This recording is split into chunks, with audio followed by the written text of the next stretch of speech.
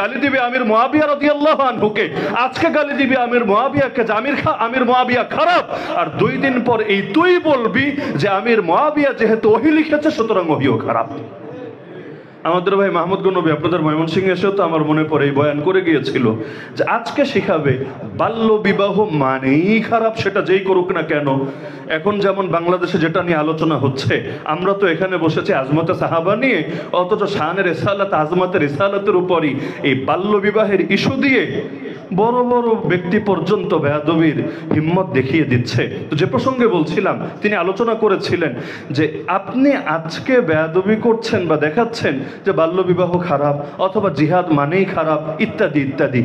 যদি আপনাকে এটার ব্যাপারে একমত করতে পারে যে ইসলাম মানেই শান্তির ধর্ম, যুদ্ধ ইসলামে নাই, জিহাদ এগুলো ইসলামে নাই, 2 দিন পর আপনাকে বলবে আরে এই খারাপ কাজটাই তো তোর নবী করেছিল। তো 20টা আনেই এভাবে, প্রথমে আপনাকে বলবে আমির মুয়াবিয়া খারাপ, 1 বছর পর আপনাকে বলবে জানি সেই কোরআন কার কলমে এসেছে, আল্লাহ নবী বিভিন্ন রাজা বাদশার কাছে চিঠি পাঠিয়েছে, সেগুলো কে লিখেছে। তাহলে আঘাতটা দিন শেষে কোথায় গিয়ে পড়ছে? তো সাহাবায়ে কেরামের ইজ্জত হেফাজতের চাইতে গুরুত্বপূর্ণ কাজ কি হতে পারে? সাহাবায়ে কেরামের ইজ্জত হেফাজতে না থাকলে শান রিসালাতও হেফাজতে থাকবে না, সাহাবায়ে কেরামের ইজ্জত হেফাজতে না থাকলে ইসলামের কিছুই বাকি থাকবে না। তো সাংগঠনিকভাবে এই কাজটা বাংলাদেশে বাকি ছিল। তো যার কারণে একটা গুরুত্বপূর্ণ পয়েন্ট হলো যে আজমতে সাহাবার কেন প্রয়োজন পড়লো? সহজ জবাব, সাহাবা বিদ্বেষীদের দাঁত ভাঙা জবাব দেওয়ার জন্য যে ময়দান শুধু তোদের না, ময়দান আমাদেরও আছে। ওরা জিলহজ মাসে 18ই জিলহজ এই বছর এই চলতি, মানে এখন তো মহররম শুরু হলো 1446, তো 1445 হিজরি জিলহজ মাসের 18 তারিখ, জুনের সম্ভবত 25 তারিখ ঢাকা প্রেস ক্লাবে শিয়াদের ঈদটা পর্যন্ত পালন করলো। কোন ঈদ? ঈদে গাদির হুম। আগে তো বাংলাদেশে ঈদ ছিল সর্বসাকুল্যে আমার জানা মতে 4টা, 2টা ঈদ তো সবাই পালন করে, ঈদুল ফিতর, ঈদুল আজহা। 3 নম্বর ঈদ একদল এনেছিল 12ই রবিউল আউয়াল, ঈদে মিলাদুন নবী। 4 নম্বর ঈদ আরেক দল এনেছিল 27শে রজব, ঈদে মেরাজুন নবী। আর বাংলাদেশে এই বছর 5ম ঈদও চলে এসেছে, আগামীতে হয়তো 6ষ্ঠ 7ম আসবে। 5ম ঈদের নাম হলো ঈদে গাদির হুম, বা সংক্ষেপে বলে ঈদে হুম। এটা এই বছর পালন করেছে ঢাকা প্রেস ক্লাবে, মানে রাজধানীর প্রাণকেন্দ্রে। তো কোনো কিছু রাজধানীতে করা, কলিজার মধ্যে করা মানে গোটা শরীরের মধ্যেই তো তার ধাক্কা লাগা। এবং সেখানে ওমর রাদিয়াল্লাহু আনহু শানে গোস্তাখি হয়েছে, যেটা নিয়ে আমরা প্রতিবাদ করেছি এবং আমাদের প্রতিবাদের জবাবে ভুল পর্যন্ত স্বীকার করেছে। এবং একজনেরটা তো ভাইরাল হয়েছে, বাকিদেরটা ভাইরাল হয়নি। প্রচুর বেয়াদবি ওই দিন হয়েছে আল্লাহ নবীর সাহাবীদের শানে। ঈদে গাদিরে খুমটা এসেছেই মূলত ওসমান রাদিয়াল্লাহু আনহুকে পচানোর জন্য, যে একই দিনে ওসমানেরও শাহাদাত, আবার একই দিনে আল্লাহ নবী সে আহলে বাইত সংক্রান্ত একটা হাদিসও বলেছেন গাদির খুম নামক জায়গায় গিয়ে।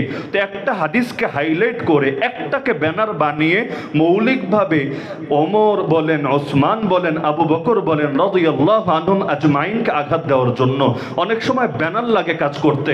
এখন ব্যানার এক একজনের এক এক রকম হয়। কখনো দেখবেন মুক্তিযুদ্ধের চেতনা, কখনো দেখবেন দেশপ্রেম, কখনো দেখবেন এই সেই। তো জিনিসগুলো তো ভালো, কিন্তু এর ব্যানার লাগিয়ে যদি কাজ করে কালো, তাহলে তো মুশকিল হবেই। তো এখন সাহাবা বিদ্বেষী যদি কেউ ডাইরেক্ট প্রকাশিত হয় উম্মার সামনে, উম্মা তো আর ওরে আস্ত রাখবে না, একেবারে জানে মেরে ফেলবে। এজন্য ব্যানার লাগায় হুব্বে আলী বুগজে মুআবিয়া। বাইরে দাঁত থাকবে হাতির দাঁতের মতো, বাইরের দাঁত হলো আলীর মহাব্বত, হাসানের মহাব্বত, হুসাইনের মহাব্বত, ফাতিমার মহাব্বত রাদিয়াল্লাহু আনহুম আনহুন্না আজমাইন। আর ভেতরের মূল মাকসাদ থাকবে আল্লাহ নবীর বাকি সাহাবীদের নফরত। তো এখনো ইরানের মতো এত সাহস তো হয় নাই রাস্তাঘাটে লিখে রাখবে লানত আবু বকরের উপর, লানত ওমরের উপর, লানত ওসমানের উপর, নাউযুবিল্লাহ। ওরা বায়াত নেয়, বায়াত। আমাদের পীর সাহেবরা বায়াত নেয় না, ওরা একজনের থেকে বায়াত নেয়। বায়াত নেওয়ার সময় এই 3 খলিফারে গালিগালাজ, আয়েশা রাদিয়াল্লাহু আনহাকে গালিগালাজ, এগুলো না করলে বায়াতই পরিপূর্ণ হয় না। তো বাংলাদেশে ওই নীরব আন্দোলন চলছে, এবং এটা যে চলছে এই খবরই আমাদের নাই। আমি উদাহরণ হিসাবে বলি, ইসকনের নাম কবে শুনেছেন আপনারা? বেশি থেকে বেশি 4 বছর, 5 বছর, আরো বেশি হলে 7-8 বছর। তার আগে তো শোনেন নাই। কখন শুনেছেন? যখন শুনেছেন এটা শুনতে পেয়েছেন হায় রে গোটা দেশে তারা ছড়িয়ে গিয়েছে, রাষ্ট্রের মূল অনেক কিছু তাদের নিয়ন্ত্রণে চলে গিয়েছে। তো আমি যদি বলি বাংলাদেশে শিয়া কয়টা আছে বলেন তো, এবং শিয়া দ্বারা প্রভাবিত লোক কয়জন আছে বলেন তো?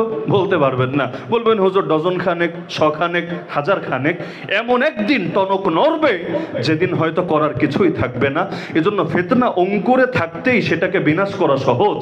গোলাম আহমদ কাদিয়ানি যখন সিরেফ একজন ব্যক্তি ছিল, একজন ব্যক্তি, ওই সময়ে যদি এই ফিতনাকে নির্মূল করা হতো, আজকে বাংলার জমিনে খাতমে নবুয়ত হেফাজতের জন্য জান দেওয়া লাগতো না। এই যে চলতি বছর ওরা 100তম বার্ষিকী পালন করবে, ইজতেমা করবে, এটার জন্য আমাদের এত ফিকির করা লাগতো না। আরে পাকিস্তানের জমিন সহ পৃথিবীর অনেক জায়গায় ওদেরকে কাফের ঘোষণা করানোর জন্য এত সাধনা করা লাগতো না, যদি ফিতনাকে অঙ্কুরে বিনাশ করা হতো। তো যে কোনো জিনিস যখন ছোট থাকে নিধন করা সহজ, যখন বড় হয়ে যায় নিধন করা কঠিন। তো এটা হলো 1 নম্বর পয়েন্ট। তবে এটা মূল পয়েন্ট না, আজমতে সাহাবা প্রতিষ্ঠিত হওয়ার মূল পয়েন্ট না। কেন? যদি এমন হতো বাংলাদেশে একজন সাহাবা বিদ্বেষীও নাই, তবু আমরা আজমতে সাহাবা করতাম কেন? আমাদের আমিরে মোহতারাম প্রায় সময় দুটো কথা বলেন। এর মধ্যে একটা কথা হলো যে আমাদের মূল কাজটাই হলো ইসবাতি পেহলোর কাজ, ইতিবাচক পন্থার কাজ, দাওয়াতের কাজ। হযরত মাওলানা আব্দুল কাইয়ুম হাফিজাহুল্লাহ কিন্তু বয়ানের মধ্যে এই পয়েন্টটা বারবার টেনেছেন যে আন্দোলন সংগ্রাম তো বহুত করলাম, সভা সমাবেশ তো বহুত করলাম, একটা প্ল্যাটফর্ম থাকা দরকার, ইলম এবং দাওয়াতকে নিয়ে চলবে। রাজনৈতিক এজেন্ডাও নাই স্বাভাবিকভাবে। ইসলামী রাজনীতি যদি বলেন খেলাফতের রাশেদার স্বপ্ন, সেটা তো সবার ভেতরে আছে, তবে প্রচলিত সিস্টেমে রাজনীতি বলতে যা বোঝায় আর কি, এগুলোর কোনো নামগন্ধ ভেতরে নাই। তবে মূল মাকসাদ একটা দাওয়াতকে ব্যাপক থেকে ব্যাপকতর করে দেওয়া। দারুল উলুম দেওবন্দ কওমি মাদ্রাসা ছিলই, তাহলে ইলিয়াস রহমতুল্লাহ আলাইহি দাওয়াত ও তাবলীগের মেহনত কেন চালু করতে হলো? আরে মানুষকে ধরে মাদ্রাসায় ভর্তি করালেই তো হয়ে যায়। আলাদা করে আপনার জামাত বানিয়ে ঘরে ঘরে গিয়ে দাওয়াত পৌঁছানোর দরকার কি? ওখানে যে দরকার ছিল এখানেও একই দরকার। সবাই ভাই মাদ্রাসায় আসবে না, সবাই মাদ্রাসায় এসে একাডেমিক শিক্ষা নিয়ে সাহাবায়ে কেরামের আদর্শের ব্যাপারে নলেজ হাসিল করবে না। মানুষের দুয়ারে দুয়ারে গিয়ে সাহাবায়ে কেরামের আদর্শ আমাদের পৌঁছে দিতে হবে। আজকে আমাকে যদি জিজ্ঞাসা করা হয়, সবার কথা রাখেন যে আবু বকরের জীবনী থেকে, আবু বকর রাদিয়াল্লাহু আনহু জীবনী থেকে আপনি রাজনৈতিক শিক্ষা, অর্থনৈতিক শিক্ষা, বিচার আচারের শিক্ষা, ইসলামের মৌলিক শিক্ষাগুলো পয়েন্ট ধরে ধরে বলেন তো, আমি পারবো না। যদি বলা হয় খুলাফায়ে রাশেদিনের আদর্শের আলোকে আজকে যদি বাংলার জমিন ইসলাম কায়েম হয়, আজ এই 2024-এর 11 জুলাই আজকে যদি ইসলাম কায়েম হয়, আপনার মডেল কি হবে? আপনার মডেল তো আর আব্রাহাম লিঙ্কনের মডেল হবে না, মাও সেতুংয়ের মডেল হবে না, কার্ল মার্কস লেনিনের মডেল হবে না। কিসের মডেল হবে? খেলাফতে রাশেদার মডেল। রাজনীতি তাদের মতো, অর্থনীতি সেই বাইতুল মাল কেন্দ্রিক অর্থনীতির মতো। আমার কি এলেম আছে রে ভাই? আমাকে যদি বলা হয় আপনি ওই অঞ্চলের গভর্নর, ওই অঞ্চলের প্রশাসক, অমুক কোর্টের বিচারক, আমার তো জ্ঞানই নাই যে এই ক্ষেত্রে খোলাফায়ে রাশেদিন কিভাবে কাজগুলো হ্যান্ডেল করেছেন, কিভাবে বিচার করেছেন।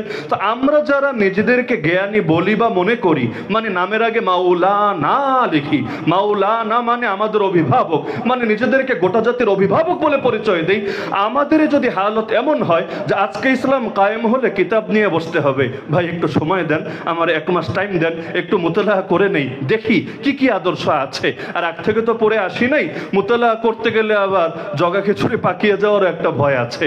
কারণ বাংলাদেশে যতগুলো নাস্তিক বেঈমান ইসলাম নিয়ে বেয়াদবি করে, সবগুলো দেখবেন ভালোই পড়াশোনা করে। মূর্খ লোকদের মধ্যে এই টাইপের ইসলাম বিদ্বেষী কম। এগুলো জানতে জানতে জানোয়ার হয়ে গিয়েছে। জানতে জানতে হওয়া দরকার ছিল জ্ঞানী, জানতে জানতে হয়ে গিয়েছে জানোয়ার।